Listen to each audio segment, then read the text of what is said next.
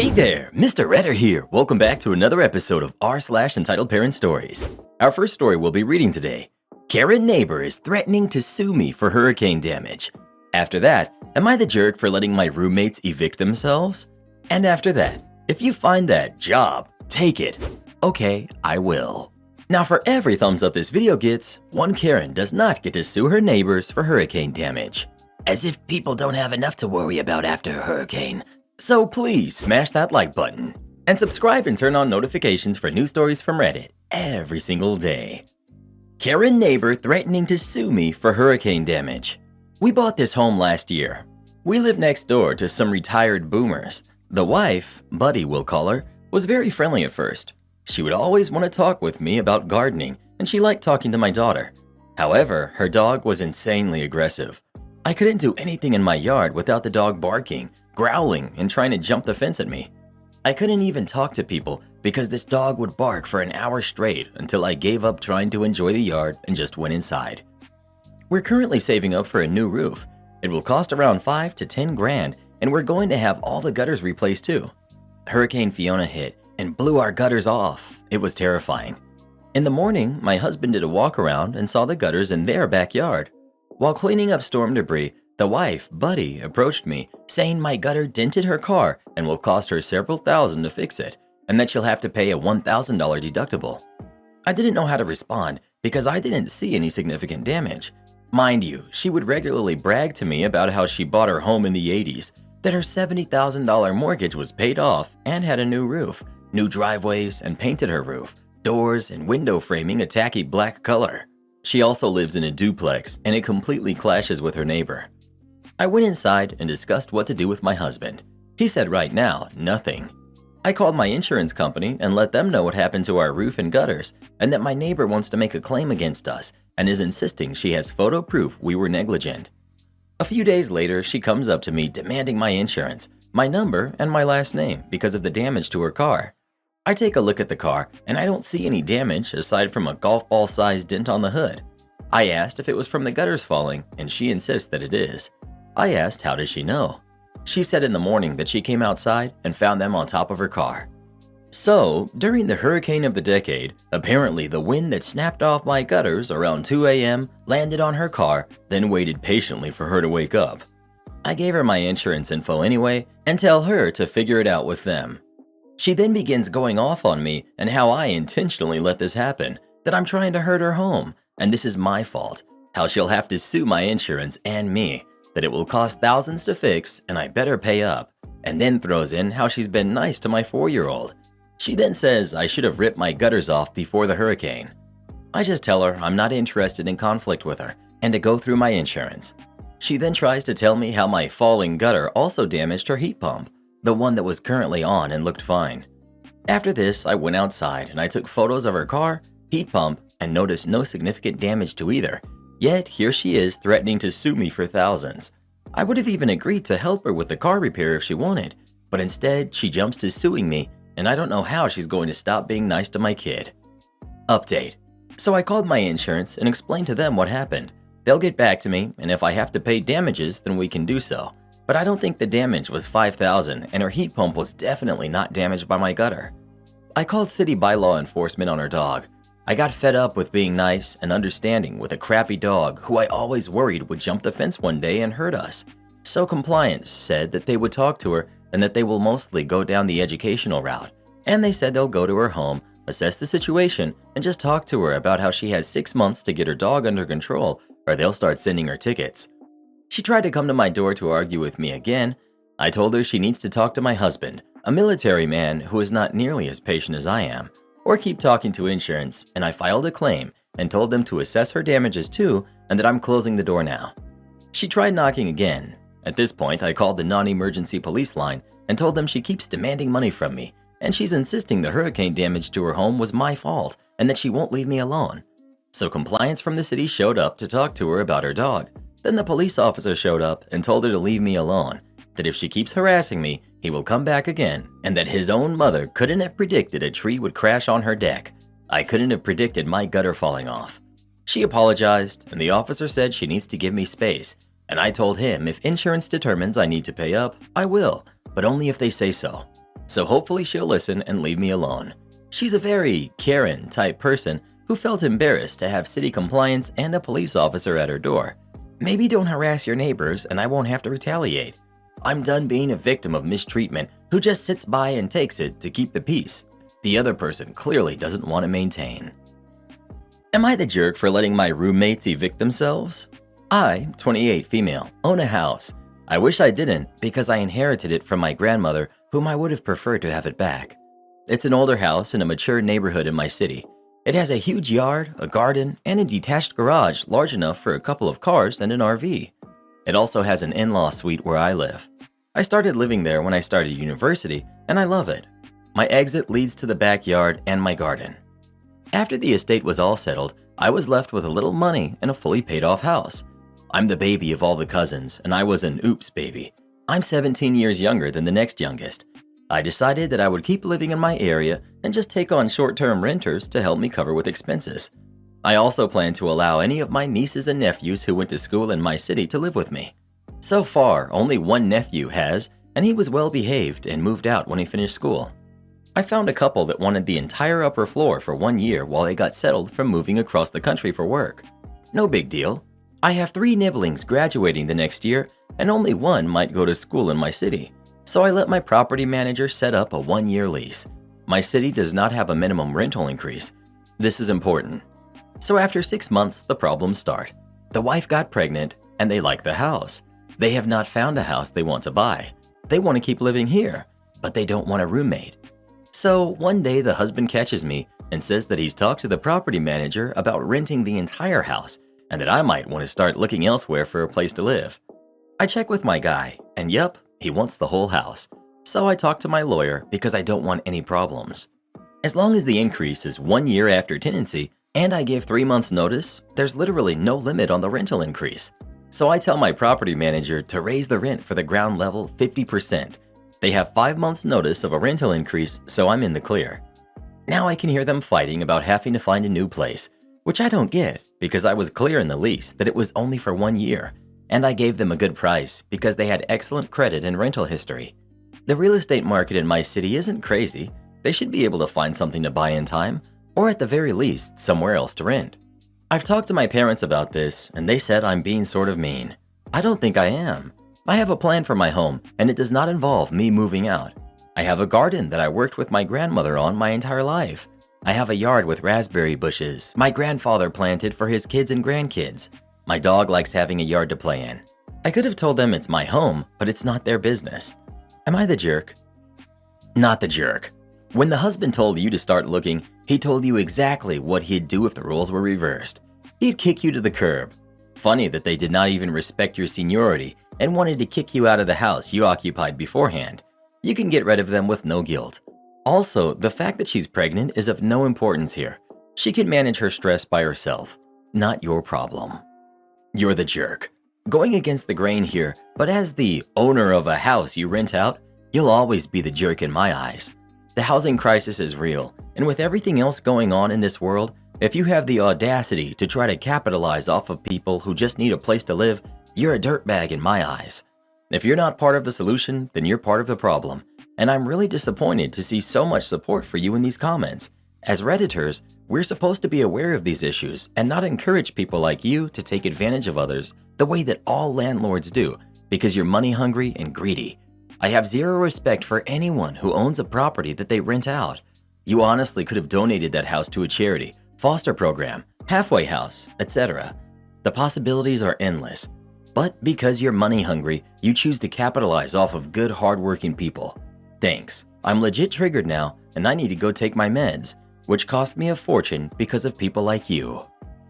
Sometimes the commenters on Reddit are a very special breed of stupid. Well, who do you think is the jerk? OP or the roommates? Please let us know. I hope once they move out, you do a big reveal showing them you were the owner all along. Homeboy really deserves it. If you find that job, take it. Okay, I will. To keep it vague, my old company was a fairly large real estate investment trust, roughly $10 billion. I was part of a very niche M&A shop that was typically the black sheep of the company. It felt like anything we did was just a hassle overall, and it wasn't really worth the company's time to entertain these acquisitions anymore. I was a part of the minuscule-sized deal team, 3 of us, including myself, that closed over 60 deals per year, with 45 to 50 active deals at one time.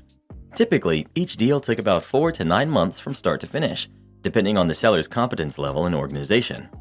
This was my first job out of college. I knew the career path I wanted to take was going to require long hours and no vacations, but typically in finance, the salary will reflect that commitment. Well, for this job, I was making $52,000 a year, working 80-hour weeks, $12.50 an hour gross pay. After my first full year, I went to the VP of the department and requested a 20% raise. I was told the basic inflation spiel and got a 2% cost of living adjustment. I think it's important to note here that after I left this company, I found out the same VP received a $2 million bonus. Fast forward a couple of months. Every year, the company has a meeting where the entire company, around 300 people, meet at a hotel. They do this to give updates as to what the company has done so far, where they're going, and for team building, of course. In reality, this was a multi-million-dollar event to pat the backs of the executives that really don't do much in reality. As a part of this event, anyone in the company is allowed to send in anonymous questions to the CEO, and he will read and respond to it if he thinks it's something worth talking about. Just before this company event, 5 people had resigned from other departments in the company. Every one of them almost doubled their salaries at their new jobs. So I decided to ask the question, how do you plan to retain talent when there are other companies offering 2 times the money with half of the workload? The CEO decided this question was hilarious and read it aloud, laughing, and responded, "If you find that job," with finger quotes as if it wasn't real, "you better take it. Goodbye." After being treated pretty terribly for the last 1.5 years, including missing my grandfather's 88th birthday partly due to a last-second PowerPoint that ended up not even being used, I decided that was the final nail in the coffin. I spoke with one of my recently resigned coworkers about his new company, and soon after, a recruiter from his company reached out to me. I go through the interview process and got the job. I more than doubled my pay when taking the 20% end-of-year bonus into account, and I even got a $10,000 signing bonus. The story doesn't end here. As I gave notice to my wonderful manager who taught me everything I know, she first told me she hates me because she's going to have to take over my 19 current deals. But then, shockingly, she confides that after 7 years of working at the company, she's ready to move to greener pastures as well. I decided to call the recruiter that reached out to me originally and ask if there are any other positions open at my new company. She says yes. They interview her, and she gets the job as well a month later. 2 down, 1 to go. The final coworker standing was not hard to convince, as he saw 52 deals suddenly pile onto his desk while he was already underwater doing the same 80-hour weeks as I did. I worked with him to spruce up his resume and get the wheels turning. After 2 interviews, he was given a verbal job offer with an in-writing letter expected the next week. All said and done, all 3 of us ended up doubling our old salaries. The old company is now scrambling to replace us with over $100 million worth of deals that will grind to a halt when my last coworker makes his departure. My new gig does not feel like real life. I have a fantastic boss that respects my time outside of the office, to the point that he gave me 2 weeks in between jobs to unwind after my previous role. My workload is 30% of what I used to do as well. My old manager got the same 2-week treatment and is currently enjoying her time off and will start in the middle of October. If only I was given that 20% raise. Am I the jerk for not inviting the next-door neighbor girl to our backyard party? We live on a block filled with kids. Every now and then, I like to get a bounce house and throw a little backyard party for them. I threw another one last week. I want my sons to have good memories with their neighborhood friends because they all go to different schools. I told the parents about the party, and that was lieu of an invite. I didn't invite the 8-year-old girl who lives next door. Why? My goodness, she screams over everything. It's not even a scream, it's an ear-piercing screeching. I cannot stand it. I can tune out the loud sounds from my 7 and 9-year-olds and their friends, but not that girl screaming. It's like she sees a bug, she screams. She thinks someone is chasing her, she screams. She jumps off a swing, she screams. I'm pretty sure it's for attention, but I can't spend my Saturday listening to it in my backyard. Like I'd end up yelling at her, and I don't want to do that or come across like an angry dad. Her parents did ask me if something was wrong because she wasn't invited. I bluntly told them that I just can't take the screaming. They said she's no more louder than any of the other kids. No, she's much louder. I told them I didn't want to discuss it any further. If and when she can stop her screaming, then I'll be more than happy to invite her to my backyard parties. They were deeply offended. I'm not looking for suggestions to abate her screaming or possible explanations to her screaming. I just don't want to hear it or be around it. Not the jerk. It's your backyard and your party. If you don't want to invite someone, you don't have to. Exactly. All these "you're the jerks" is mind-boggling. Why should OP take the time to figure out why the kid screams? Isn't that what her parents are for? No one is entitled to a good time on someone else's behalf. I think a lot of the "you're the jerks" on posts like this come from kids who are the type to shriek all the time, or parents who have managed to convince themselves that all kids scream 24/7 because they don't want to think that their kid is seen as the annoying screamer. Honestly, I said everyone sucks here because, come on, when you have kids and they have a friend over, you remind the kids of the rules at your house. One warning: we don't scream here. If I hear that again, I have to ask you to go home. Parenting doesn't mean you parent someone else's kids, but as a kid host, you definitely let them know the rules and consequences at your home. Not the jerk. Her parents are the jerks here. It sucks for the kid, but maybe this will wake mom and dad up to real-life consequences of not setting behavioral boundaries for their kid. Letting kids scream constantly, aside from being inconsiderate to everyone else in earshot, is just plain bad parenting and unsafe. 8-year-old is 3rd grade for most kids. That's definitely old enough to be taught basic limits and the reasoning of screaming is for emergency situations only. Unpopular opinion, and I'll accept any downvotes people may leave, but you're the jerk. You invited every single kid but her. She'll see all the kids there and she'll know that she is the only one not invited. I understand that you don't want to deal with an annoying kid, but it's kinda mean. It would be different if she was a bully or was mean to the other kids, but excluding her because she's loud isn't nice. And again, she literally lives next door. I hope the parents take her away that day so she won't see the other kids have fun and wonder why it is that she wasn't allowed to come. Maybe she'll figure out if she stops screeching she can go. I feel this could be a learning experience for her. Having her parents make excuses isn't helping and is probably part of the problem. 8 years old is old enough to know about appropriate volume levels in my opinion. Well, who do you think is the jerk? OP or the neighbors? Please let us know. Reddit boy and I can't stand brats screaming either. That's why we now live hours away from civilization and our only neighbors are rattlesnakes and scorpions. It's pretty easy to get along with them too. They don't have screaming kids, they don't play loud bass, no cars with engines that are way too loud. Wildlife is way better than people. Am I the jerk for not kicking my best friend out of my wedding? About 3 months ago, I, 25 female, got married to my husband, 27 male. I've been hearing about this from my in-laws nonstop. My husband has a younger sister, Alice, who's 22, who in my opinion is a total brat. Alice had some type of childhood sickness, but she overcame it. However, her parents were extremely lenient with her to the point where she cannot be corrected in any form without it being a big deal. She's been let go from multiple jobs because of this, and she doesn't have many friends and always has to be the center of attention. At my other sister-in-law's birthday, their parents got Alice a gift just in case she got jealous. I'm an only child, and the only sisterly figure I have has to be my best friend, Marie. We met in 3rd grade, and since we're both only kids, we instantly clicked. We are fiercely protective of each other. Husband and I decided to have a summer wedding, and to my surprise, Alice shows up wearing a lacy white dress. If you told me she picked this out of a wedding catalog, I would have believed you. Between the wedding and the main reception, we had cocktail hour. People kept asking me about Alice, and I was becoming visually annoyed. A lot of people thought she was my husband's ex instead of his sister. I could tell the situation was upsetting Marie, and I watched Marie walk over to my husband's family, greet them, and on the way back she tripped and fell by Alice while holding a glass full of red wine. Alice ran into the bathroom with mother-in-law following her, and his dad came up to us and started to demand that Marie leave. I told them no. Marie is a lightweight and it was a mistake. Husband backed me up and said that since Marie is so thin, she can't handle as much as others, but we'd make sure she sobered up before the reception. At the reception, Alice was wearing a beautiful green dress brought to you by Ross, and Marie magically felt better. My in-laws have been bringing up the incident non-stop, but I have a hard time feeling bad, even though I know it wasn't an accident. Not the jerk. And your best friend is awesome. This is what it's about. Do not feel bad or guilty at all. Your in-laws need to quit coddling their brat that they created, and they need to quit being so childish to still bring this up. You should tell them to grow up and move on. Kudos to your hubby for backing you up. OP. I have a lot of people commenting and DMing me saying that my post is fake because it's so common.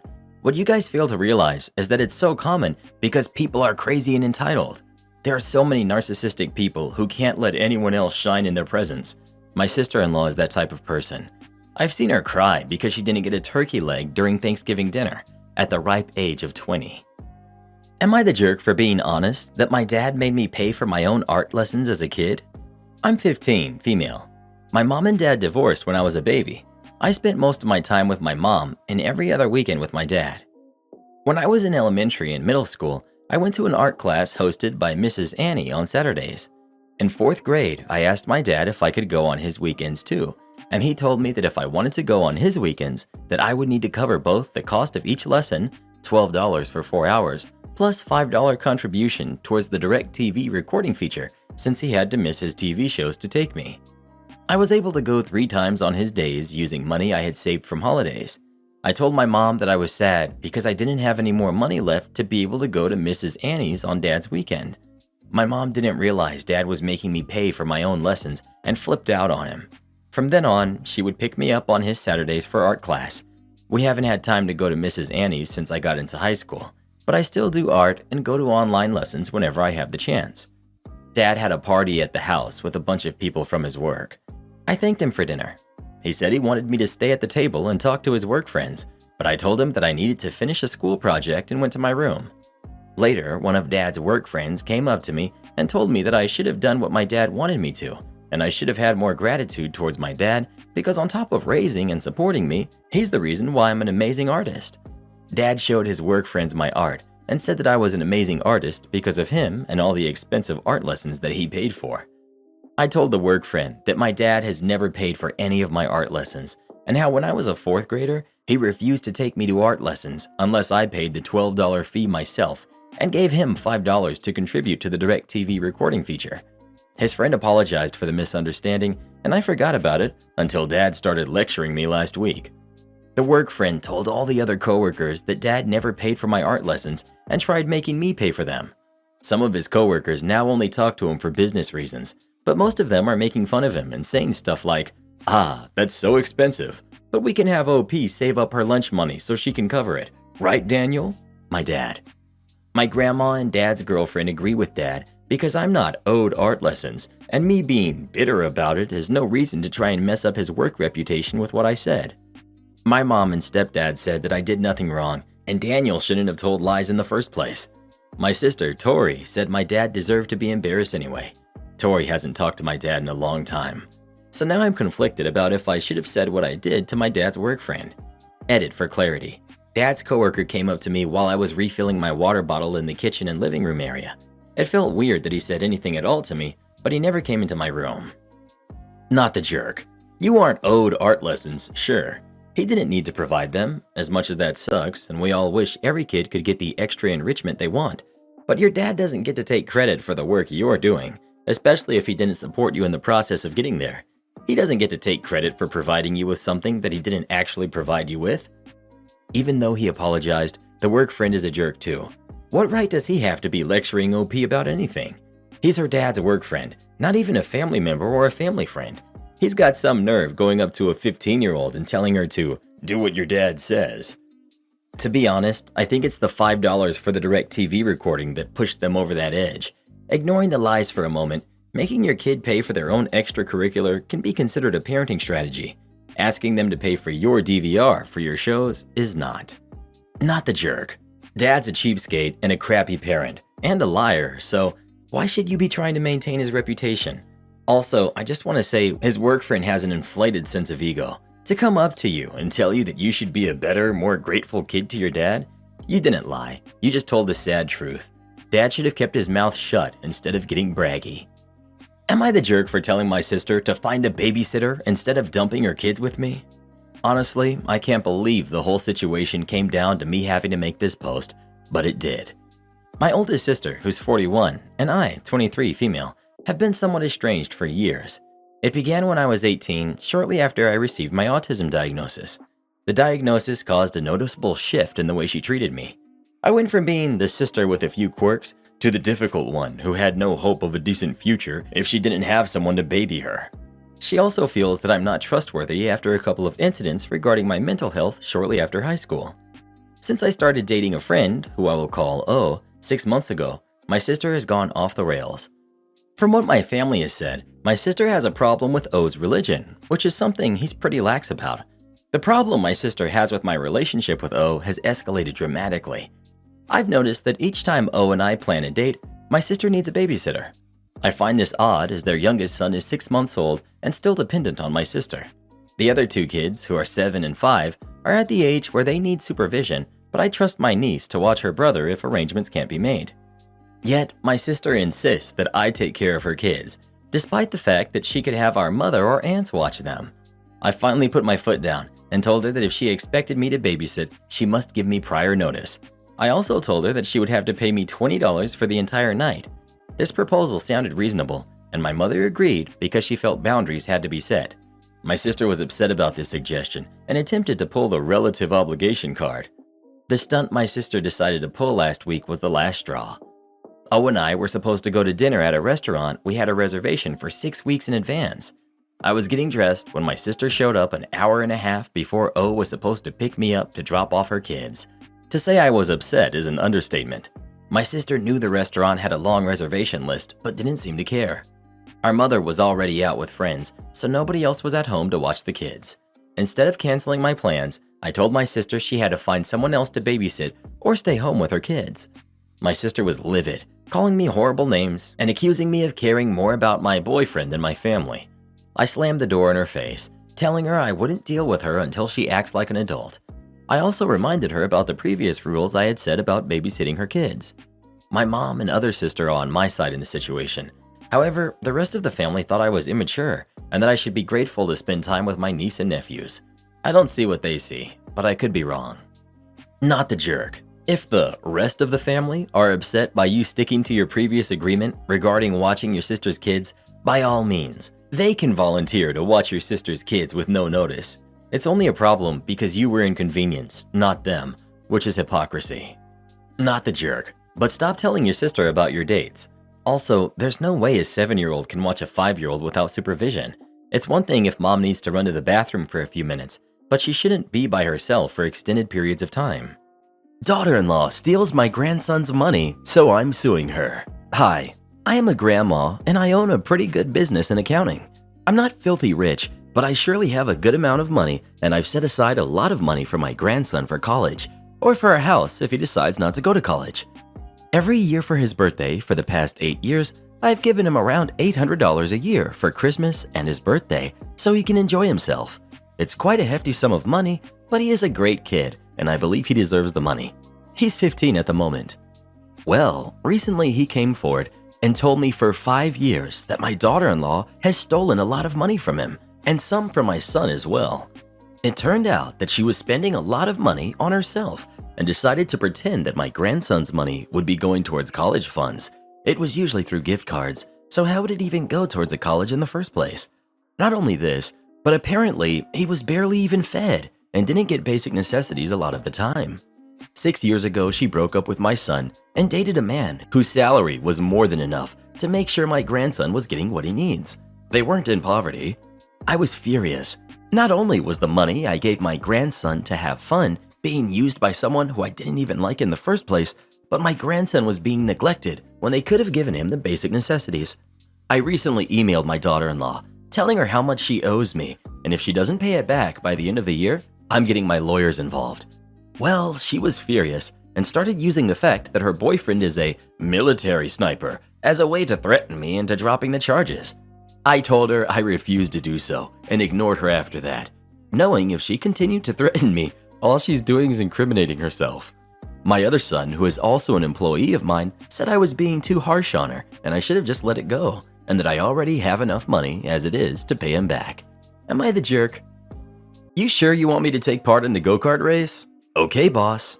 A few years back, I started my first job as a mechanic and was informed of a mandatory monthly kart race in the local track, which was promoted by my boss and the owner of the company. He didn't care if you enjoyed it or not. He booked the time slot and we all had to show up, after working hours and paying our own ticket to drive. It was supposed to be a team-building exercise, and I could see the boss really liked race cars through the various pictures and trophies in his office. During the week, in anticipation to the event, boss would motivate and participate in setting the mood for the upcoming race. It was the only topic that week, and I was told by colleagues that this was really important. I knew that on the evening of the race, I had to pick up my girlfriend, and that would clash with the race. So a couple of days before, I told my supervisor that I would not attend the race. It was after hours and on my dime anyway, so I didn't think it would be a problem. Some 20 minutes later, I'm summoned to the boss office, and he's not looking happy. He tells me that building the team spirit is one of his priorities and that I'm new there, so I was to give a lot of focus to this monthly event if I want to keep working there, because it was part of the core culture of the company. I really needed the job, so I just said, "Sure thing, boss." On the evening of the event, I drive to the kart track and, upon arrival, I see my colleagues all in jeans and t-shirts and my boss in full ballerina attire. He had racing overalls, racing boots, gloves, and even a custom helmet. It dawned on me the reason for the event and why so much attention was given to it. Kart racing was his thing. With about 15 racers, I asked to start dead last. Boss man listens to me talking and intervenes in front of everyone that we were there to race and not to just drive around slowly. Up until that point, I wasn't really paying much attention, but I decided to comply and show how much the core corporate culture was important to me.